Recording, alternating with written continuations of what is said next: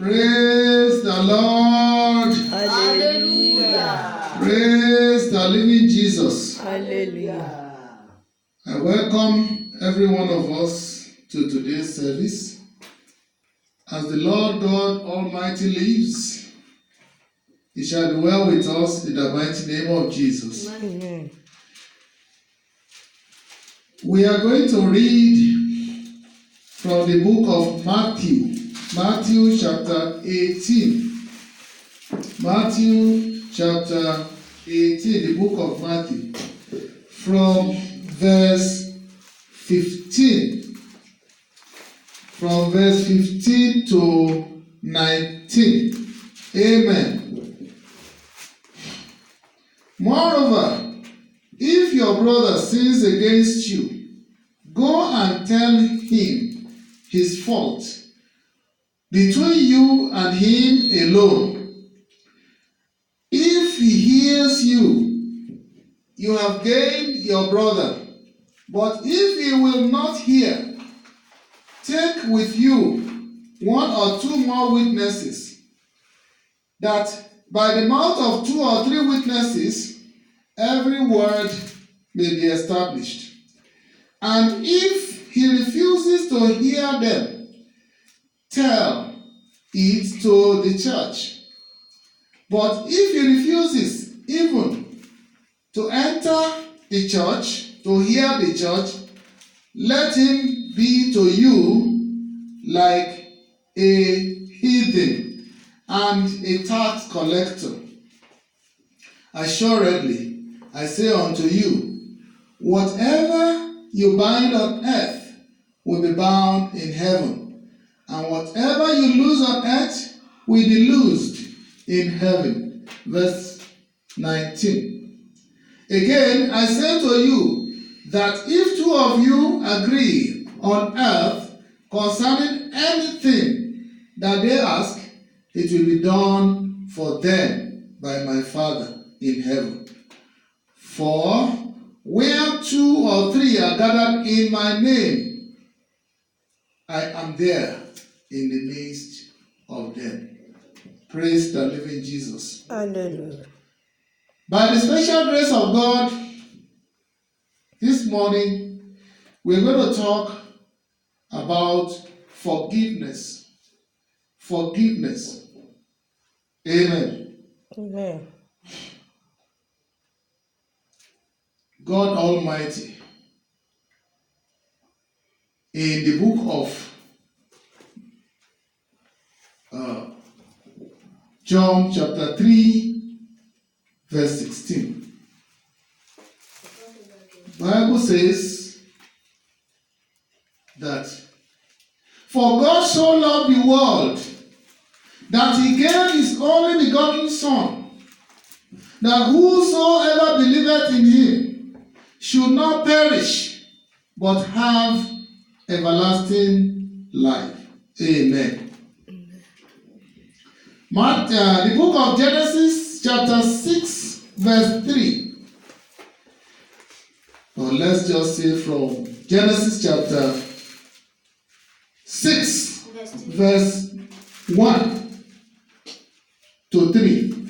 Genesis chapter 6 verse 1 to 3. When men began to multiply on the By the time men began to multiply on earth, and daughters were born to them, they began to have daughters, children. The Son of God saw that the daughters of men were fair, And the sons of God saw that the daughters of men were fair. and they took to wife such of them as they chose. And everybody began to marry from among them. Then the Lord said, And the Lord said, my spirit shall not abide in man now, forever.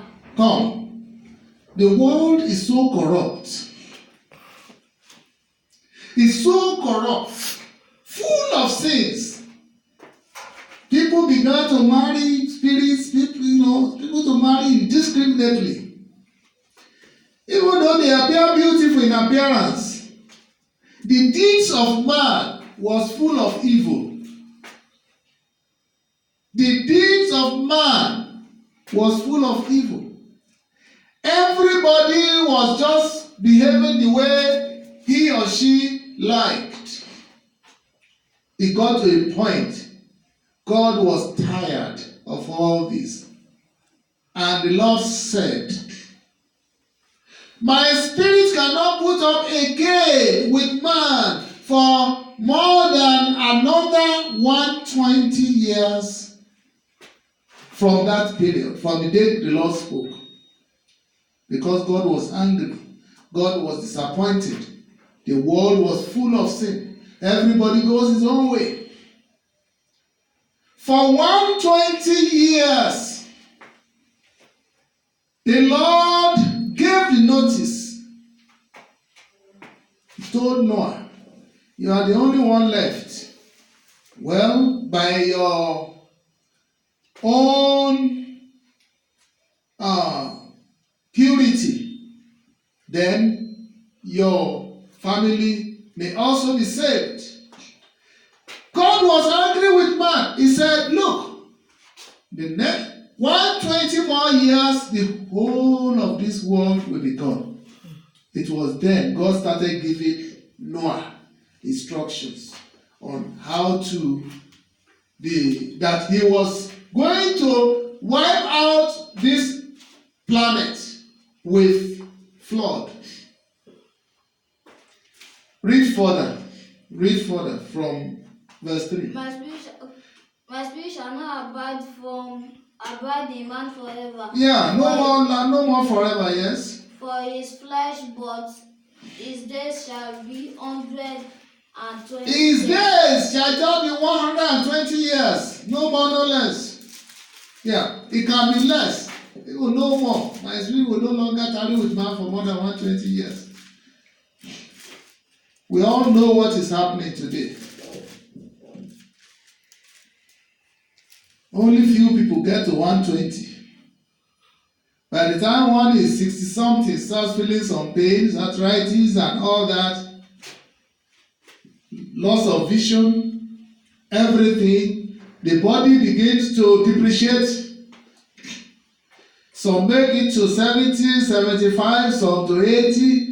Those who made it to 90, they will look like somebody who is already 150 years old. However, after the Lord had finally destroyed the world, sparing Noah, God spared everybody. Take note. God spared everybody. After Noah made the ship, he invited everybody to come in. But the corruption of their hearts, the luxury, the enjoyment of the world will not permit them. They will not listen. The same stubbornness that made them to continue to sin will not leave them alone. Man chose his own way, left God alone. After all this, only Noah and his family, as well as even the animals they came into the ship or and they were saved. Only Noah and his family. Okay, what was it that made God to be angry? It was because the whole world was in confusion. Today now, look at what is happening today. Look at the number of Chibok girls that was kidnapped from the school more than 2 years ago. Nobody still knows what happens to them. Look at various occurrences, reports that we are hearing. Kidnappings, killings, ritualists, Yahoo, cultism, wives betraying husbands, husbands betraying wives, stealing all over the places, armed robbery, bank robberies, wasting people's lives, innocent lives. Recently, just last week or so, there was a fire disaster at Abule Egba in Lagos. And what was the cause? It's simple. Men stealing fuel from underground. They dug into the pipeline of NNPC and punctured the pipe.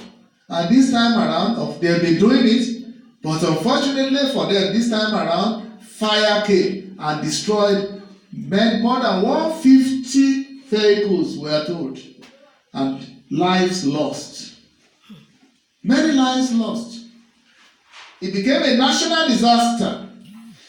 That's why sometimes when we begin to pass comments on all these things, there was one house that was spared, and someone said it was because it was being used for fellowship center. Therefore, God decided to protect that property alone. The others got burnt. The question is it time now for us to begin to see who is a sinner or who is not a sinner? Is it the time for us to think that, okay, this is, God is with this one, God is not with this one. Who amongst us is actually by works? Who amongst us is rapturable? Romans 3:28 tells me, for all, including the people that were saved there, God just saved them. It is not time for us to see who is better than who. That's why we need Christians. We read certain meanings to certain things. God loved everybody. John 3:16. And God is unhappy that so many lives were lost there. But what is the cause? The cause is the sin that the thieves caused. They have been doing it, but this time around it wouldn't go. But now, because of one man's sin, disaster came.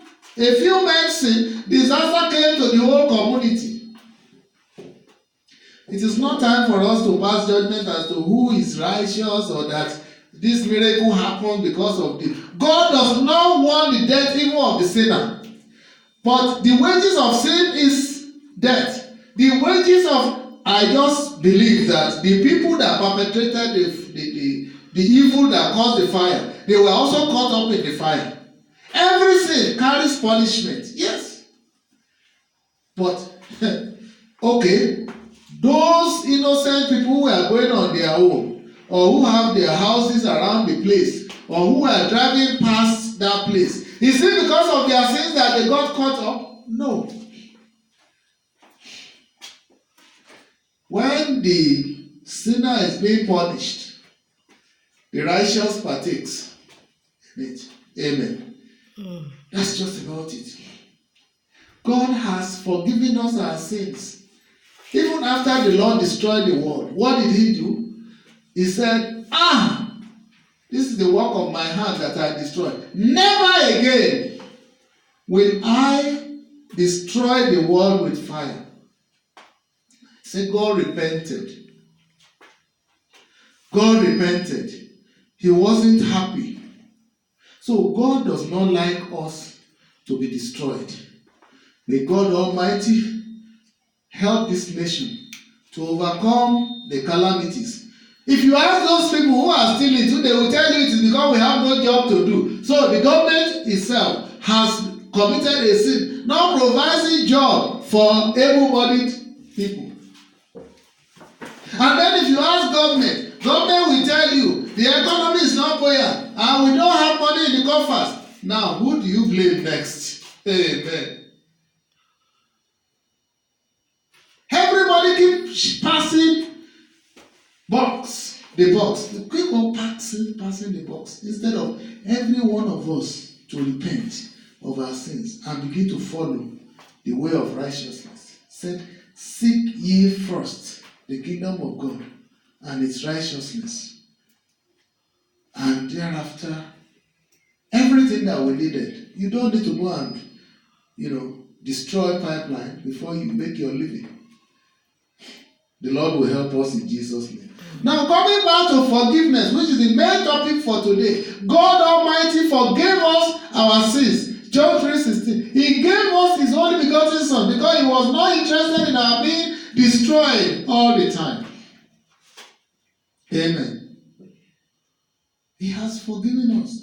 Jesus Christ's blood has washed away all our sins. It is true we are still praying today, forgive us our sins. Yes, because we still continue to make mistakes.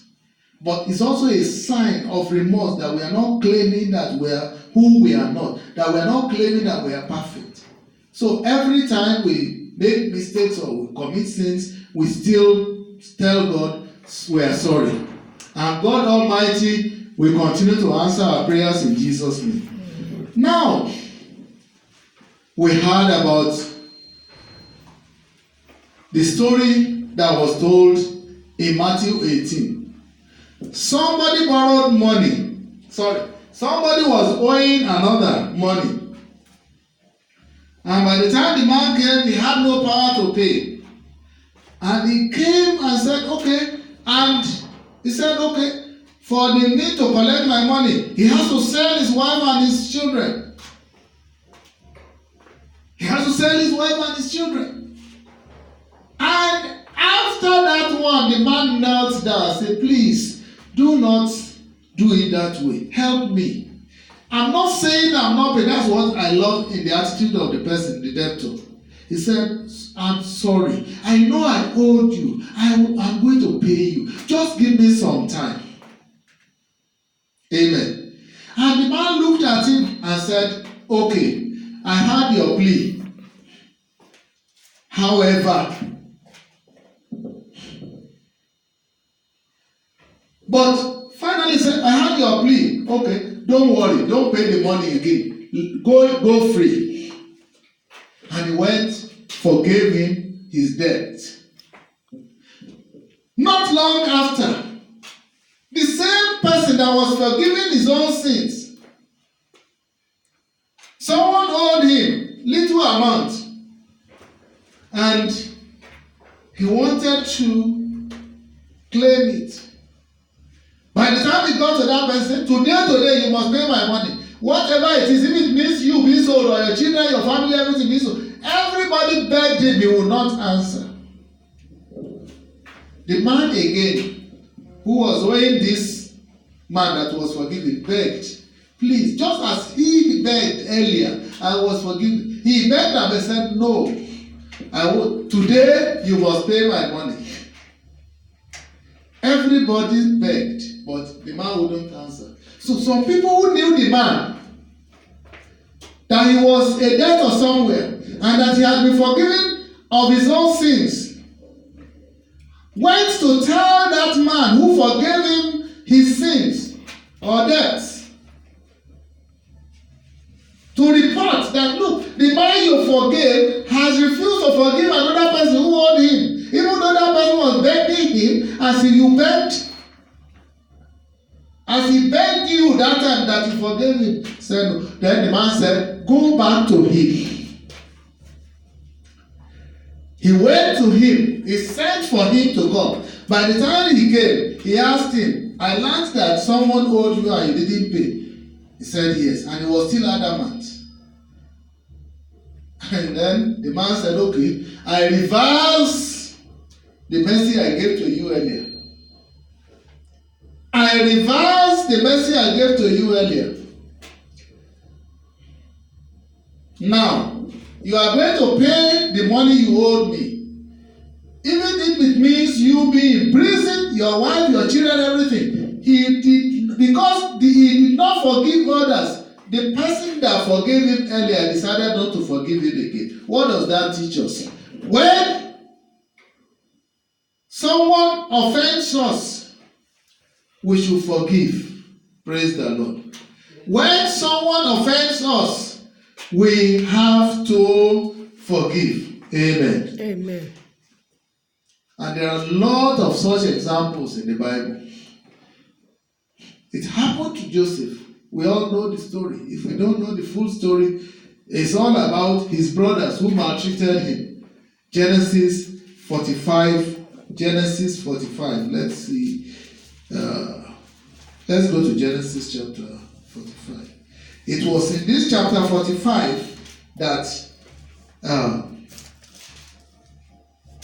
Joseph finally spoke to his brothers about their evil deeds to him. Praise the Lord. Hallelujah.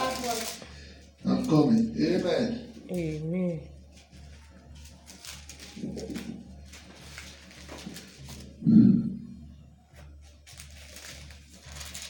Amen. Hurry, verse 9. Hurry and go up to my father and say to him, thus says your son, Joseph, God made me the Lord over Egypt. Come down to me, do not tarry. You shall dwell in the land of Goshen, and you shall be near me, to me, and you and your children, your flocks, and so on and so forth. Amen. Amen. Then, verse 14, he fell on his brother Benjamin's neck and wept, on his neck. Moreover, he kissed all his brothers and wept over them. Praise the Lord. Hallelujah. Amen. If you read further, you'll get the full story there. Amen. However, what is important was that Joseph forgave his brothers for all their sins. He forgave them. He had an opportunity to revenge, but he took no vengeance. If you also watch or if you examine the prayers that Jesus Christ taught us on how to pray, say, our Father who art in heaven, hallowed be thy name, thy kingdom come, thy will be done on earth as it is in heaven. Give us this day our daily bread. Then he went further. Forgive us our sins as we forgive others. So if anybody offends us, we must forgive. We must, especially if that person is sober. Amen. If that person is sober. Because there are some people, they will offend you. They will still not be sober. It is deliberate on their part. Because they want to hurt you. The answer to that one is simple. Forgive them, but don't move near them again so that they will not hurt you again. But all the same, forgive them. Praise the Lord. Forgiveness is very important. Some of us would say, my parents did not care for me, therefore, when I'm this, I am that, I will not forgive. Some people will say, this my friend has offended me. No, we will get to heaven before I can forgive. And some will say, there is nobody on earth that can plead with me to forgive my brother. The Bible does tell us that even when you are in the church of God and you want to drop your offering, you remember that there is still a problem between you and your brother. You have not forgiven him. He has not forgiven you. Say, don't drop that offering. Go back home and resolve it. If you don't resolve it, your offering is done in vain. Many things are happening in our churches today. Many of the religious activities we are taking, they are all just mere religious activities. We are not forgiving. Amen. However, let us ask the question. Does forgiveness mean that we should not correct one another? No. Amen. Amen. If you read the early part of that Matthew, we read chapter 18. It talks about if someone offends you, the first thing you do is you talk to that person that this thing you are doing is not correct. If he will not listen, you call two people to be a witness that what this guy is doing is not good and is not repenting. And after that one, then stay away from the person. Deal with him. If he needs to be punished, punish him. But the irony of life is, many of us today, we don't want to be corrected.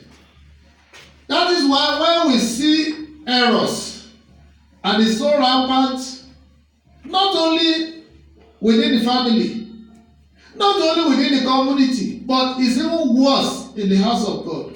When you stand up to say that somebody, especially the leaders, when you say they have made a mistake, that this thing do not agree with what the Bible says, the next thing they do is they call you names, you are rebellious, you are this, they don't want to listen. No, you see, nobody is about mistake. Nobody understands the whole thing the way it should be. We are all, behaving or acting according to our understanding of the Bible. I mean, okay, you said this thing is not correct. Can we look at it? Let's look at it together. No. They will isolate you, they will call you names, they call you backsliders. In fact, in some cases, some churches will even excommunicate their members just because they observe something. And that is what is considered or they will say they curse the person. Did God say you should curse? Did God say you should? What did he say? Even if the person who is trying to correct you is wrong, draw him nearer, draw her nearer. Talk, okay, this thing you are saying. Have a listening ear. Listen first. You may be the one that is wrong.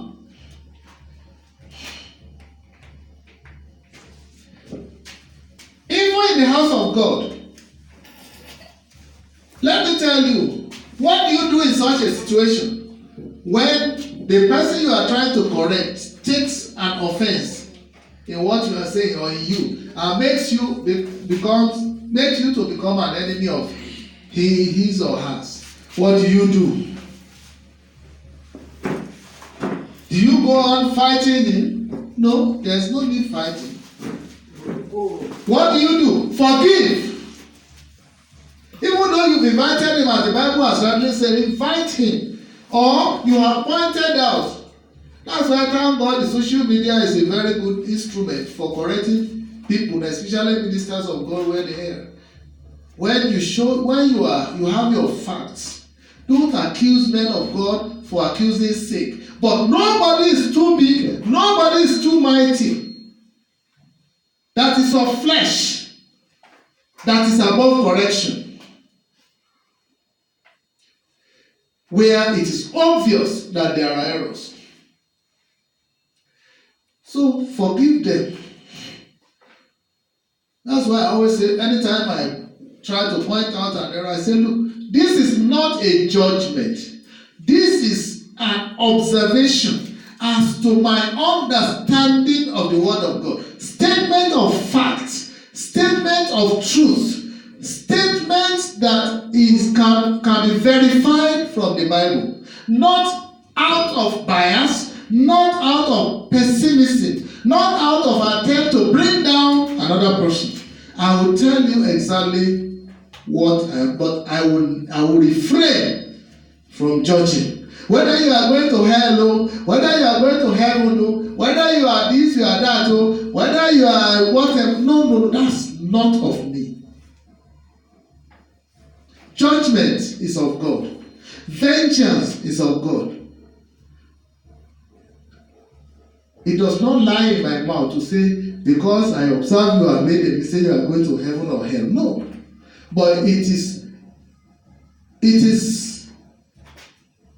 important for me to draw your attention to the error. Therefore, if you, because of that, keep malice, that's your own problem. You know that malice is not of God. Me, I have forgiven. But I will not allow you to continue to do what is wrong. The more you still say or do what is wrong, the more I correct you. No matter who you are. We need to learn that forgiveness is not about keeping quiet when somebody is doing wrong. He will perpetrate his mistakes. And if care is not taken, he will be influenced by it. Especially the word of God is very fragile. Very, very fragile and very important. Forgive others so that your God can forgive you your own sins. As I am, if anybody does anything wrong to me, there's no sin too big, because I must have offended somebody too. If I knew the person, I would say, please forgive me. That's why I'm still pleading to any of us. If you think I've offended you, please forgive me. If I'm correcting you and it doesn't go well with you, don't make it an enemy affair. Take the correction. If you don't want to take it, it's left for you. I have done what the Lord has sent me to do. Amen. The Lord will help us in Jesus' name. Amen. Forgiveness is very important. What does forgiveness give you? It gives you peace of mind. Makes you to progress. It helps your health.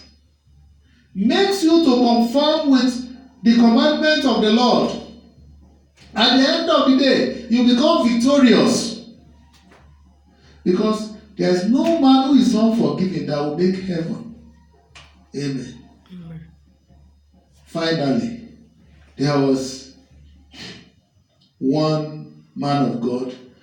He had a quarrel over gospel issues. And is the founder of one of the most coveted church today that is trending all over the place. He borrowed, distributing tracts. He picked a tract of one church, I think it's Foursquare Church,